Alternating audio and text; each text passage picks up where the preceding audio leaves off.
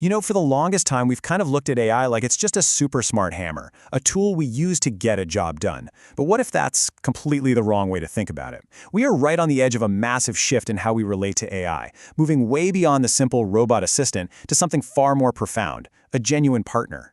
So I want to kick things off by asking you a question, a really simple one on the surface. Is the AI you're using a tool or is it a teammate? Because the difference between those two ideas, that's really at the very heart of where all of this technology is going. Okay, so let's get into it. To really understand where all this is headed, we kind of have to start with where we've been, right? We need to unpack that old mindset that's defined our relationship with AI for decades. This idea of AI is just a simple tool. So let's really break this down. On one side, you've got the tool mindset. This is probably what you're used to, right? You tell it what to do, it automates a task, and that's that. A lot of the time, the end goal is about replacing a human task.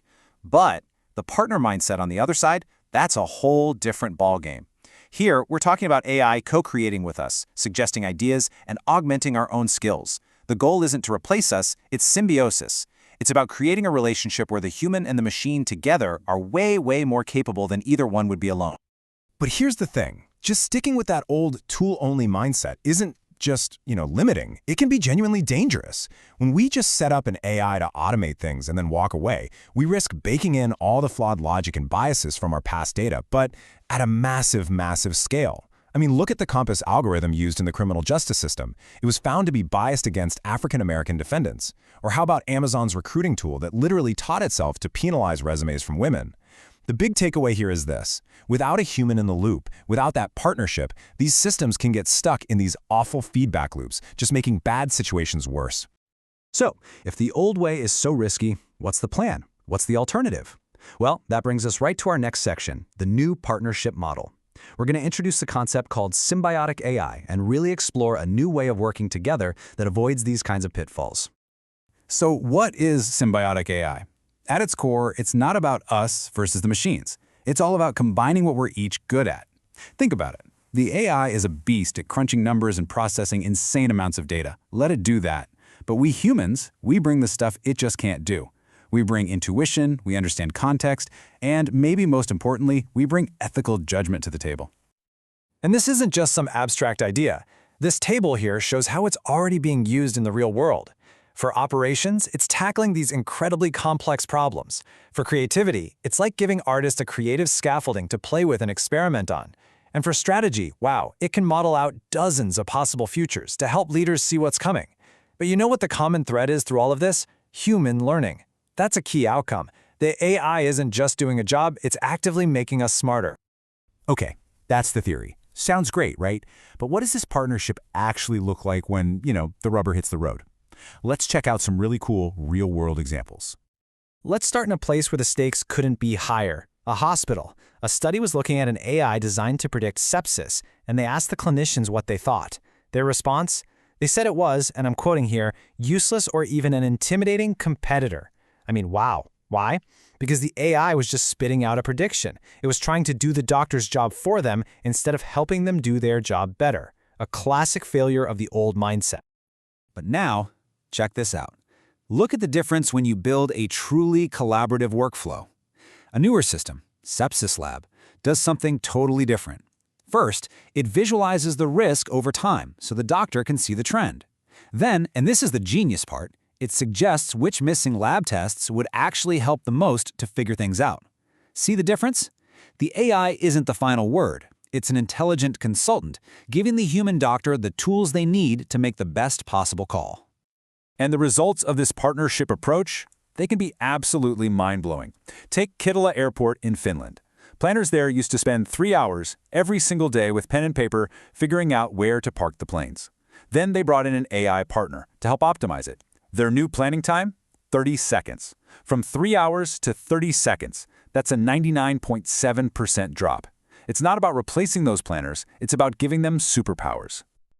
Okay, but what about something subjective, like creativity?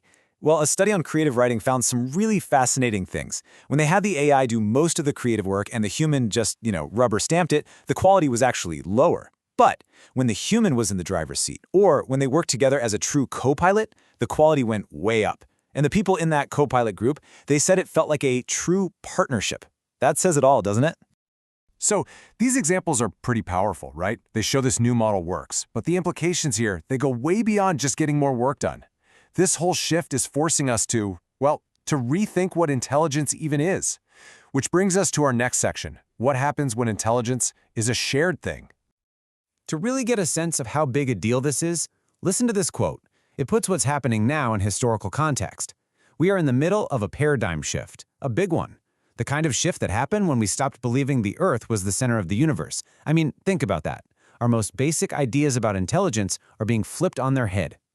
And this leads to one of the most, well, mind-bending ideas to come out of all this. Just think about it for a second.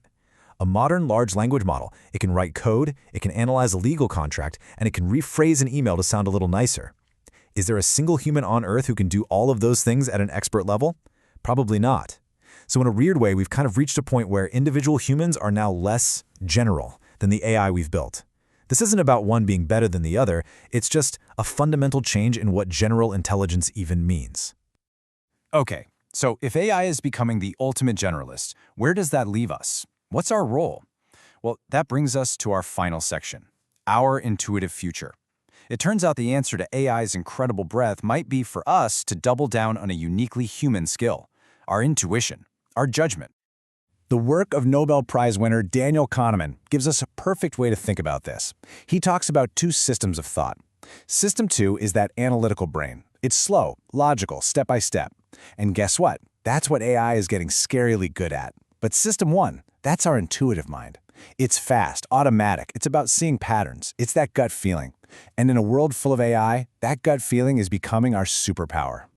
So, in this new partnership, when do you trust your gut over what the AI is telling you? Well, here are a few really clear signals. Trust your gut when the AI's recommendation just feels abstract or it totally contradicts what you know to be true on the ground.